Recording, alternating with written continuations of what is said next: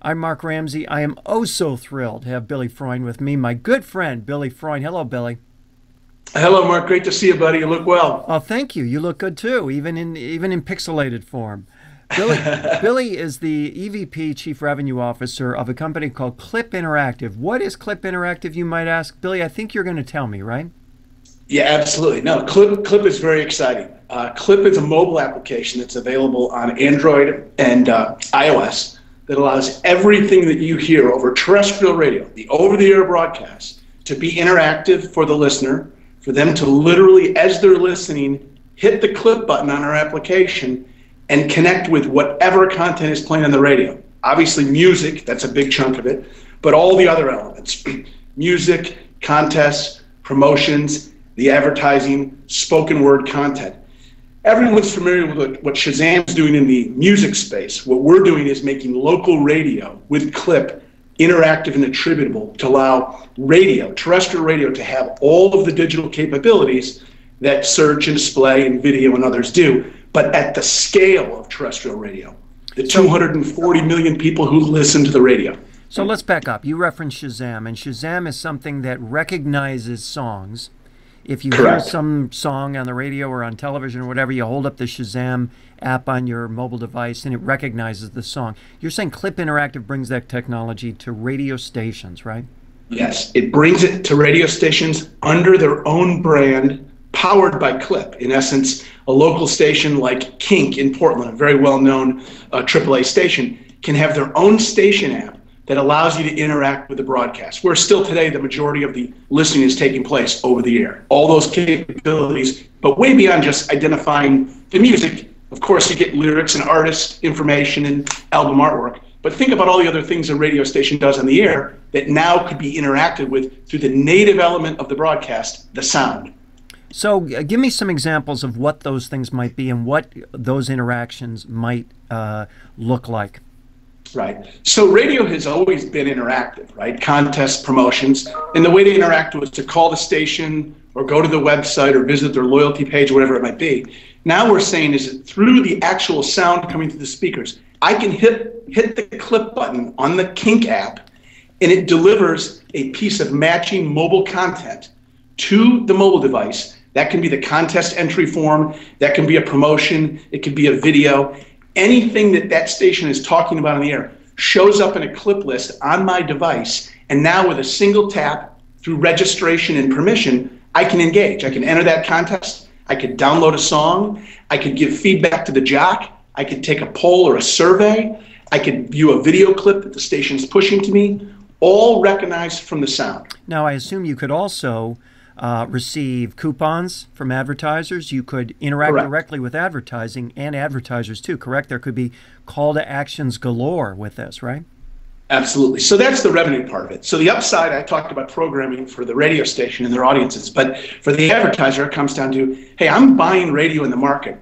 And how do I prove that my radio is driving results? I've been in radio 25 years. We all know radio works, but it's delivering attributed results of, hey, someone heard my ad, they were interested, and they connected. Today, Google and the likes of Yahoo and MSN get the results or the attribution from radio because audio creates the stimulus, creates the awareness, but there isn't a catch point between the web and radio. What ultimately Clip does is makes that catch-all so that that ad, whether it's a call to action with a coupon, as you mentioned, or an email that you'd like to receive from the advertiser, or a direct call to that advertiser, through your mobile device, Clip delivers a mobile piece of matching content that allows the listener to engage, and radio gets credit. So you're saying, obviously, radio historically has a huge megaphone, huge promotional impact, huge influence and sway over audiences.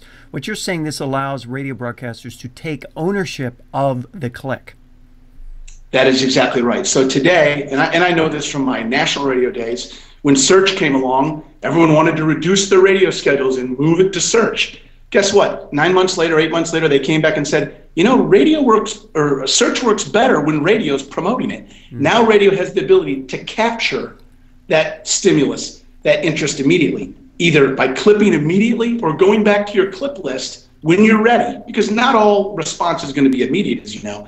But basically, Clip is extending the life of the advertising message for the advertiser and allowing people to connect directly from what came off of the radio. And as I travel around the country meeting with agencies, they all say to me, Billy, this could be a game changer for our clients because we like radio, we present radio, but they're looking for the same attribution and the same metrics as digital media now. The bar has been elevated. So this creates value for the station, it creates value for the advertiser, and of course it creates value for the consumer, the user, because if they're not clipping anything, nobody gets anything, right? So the fact that they're clipping proves that there's value for them. And there's one more part. It's a pull-based model, whereas you're only clipping if you're interested in the content or in the ad. So we're not just spamming you with tons of banner ads or video. We're saying, oh, you raised your hand. You're interested in that offer from that roofing company because this morning you woke up and you had a leak? Clip it, right? Or you're interested in weight loss for the new year? Clip it.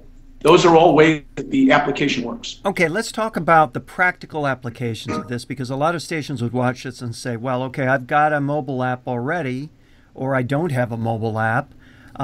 Does this technology integrate with an existing mobile app if I already have one? And does it substitute for a mobile app if I don't? It can work both ways. So if a large group or a group cluster has a mobile app that they're currently satisfied, a streaming app, right? We can integrate our technology into the app. We put the technology and a clip button on the app so that their normal streaming app can do the same thing that it's always done, but now have the ability to interact with the broadcast. If the broadcaster doesn't have a mobile app or isn't satisfied with their current mobile app provider, we can provide the whole app completely. Obviously, it will still stream, but it has the clip button that you can interact with both the stream and the broadcast. And what we know, and I know this from my historical days in the stream business, is that on the terrestrial side, there isn't a big difference between streamed content and broadcast content. It's basically the same. So there hasn't been a huge impetus for people to get station mobile apps because it's the same thing that's coming over the broadcast. But now making the stream necessarily secondary and the interaction with the broadcast primary of the mobile app, I think the mobile app clip or an integrated mobile app becomes more compelling because now the rest of the world can say, hey, I don't want it to just stream. Yeah, that's a feature. I want to interact.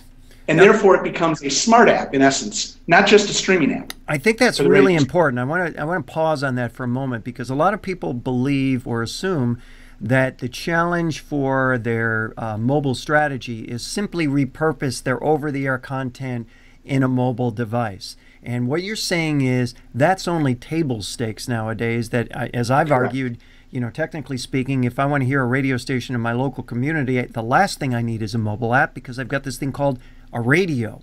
What you're telling me is that there's a new bundle of value because this allows people to interact in meaningful ways for things going on the air, for things going on the advertising side, so that it's new value to the end user, to the advertiser, and to the station.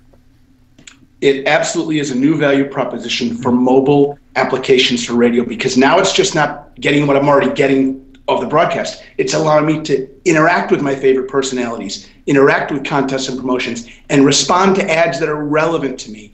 And look, the data proves this out, Mark. As you know, my background is streaming.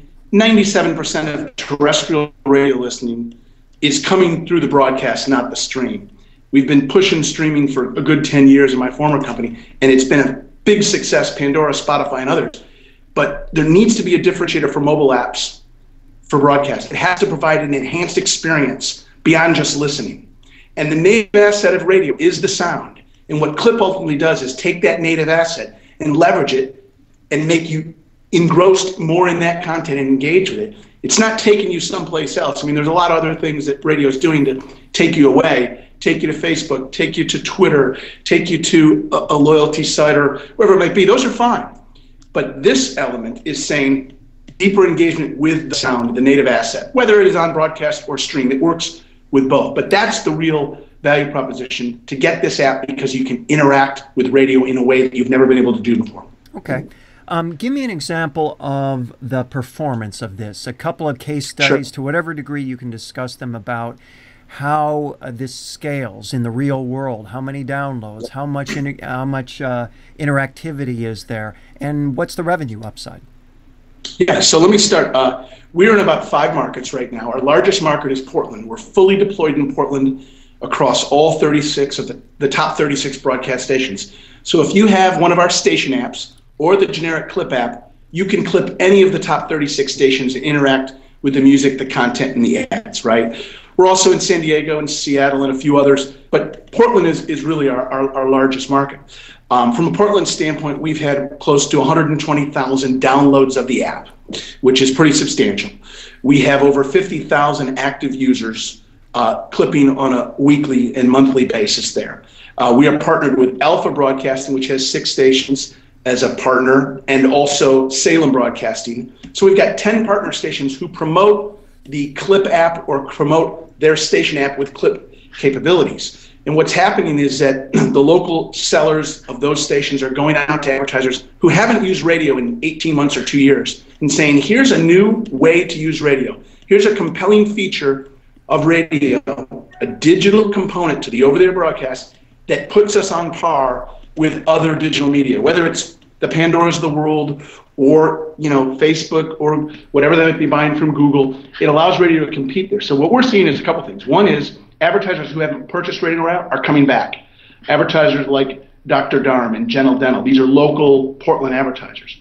They're running with us, and obviously they're running radio commercials that are clip enabled.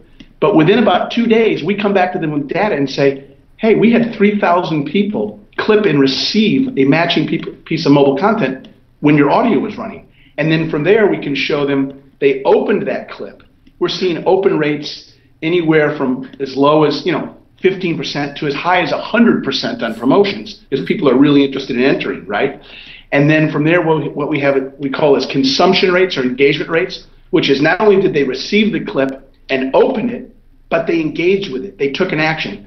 They hit a button to receive an email from the advertiser or view a video or request more information about the product. We're seeing engagement rates there from 6 to 20%, which if you know digital media, those are off the charts. And the reason for that is it's pull-based. It's not just a bunch of spam that isn't relevant. People are saying, I'm interested. So clients like Dr. Darm, which is a cosmetic surgeon, LA Fitness, Gentle Dental, we're working with Kaiser Permanente, all different executions, clip to call, clip to email, clip to get in for more information, clip to view a video. And advertisers are saying, hey, radio has a new capability. And Milton McConnell, who's our lead partner with Alpha, who's a market manager there, has really been thrilled with the results because it's driving not only increased mobile downloads for him and more engagement for the radio station, but 6 figures in revenue in Q1. So that's just one market and one group, but we're going to scale this thing. It's going to take us some time. We're looking to partner with broadcasters who are forward-thinking and innovative, and the Alpha L&L guys are certainly one of those. So we're seeing some really good stuff happen. Last question. So if I'm in Market X, if I'm in Tulsa, are you saying that I can't get it in my market yet, or I can get it in my market if I call you and come to you? If you call us and you're a broadcaster, we can clip enable your market and your station and get your stations in the market fully clip enabled. It may not mean that we're ready to go to the full market yet because we need multiple partners like we do have in Portland. But absolutely, if there's broadcasters who are interested in clip enabling their broadcast and their stream, we're ready to go and we're scaling across the country. Okay, I really like this. For anybody who wants more information, what should they do? They can go to clipradio.com, which is our website. There's a full video there and a demo and lots of information. They also can email me at billfreund@clipinteractive.com, and certainly we can have a chat about working together. So we'd love to see broadcasters opt into this. Billy Freund, he's the EVP, Chief Revenue Officer for Clip Interactive, and my good friend. Billy, thanks so much. I really appreciate that you're doing this. I like the product, and good luck with it. Okay, Mark. Thank you, buddy.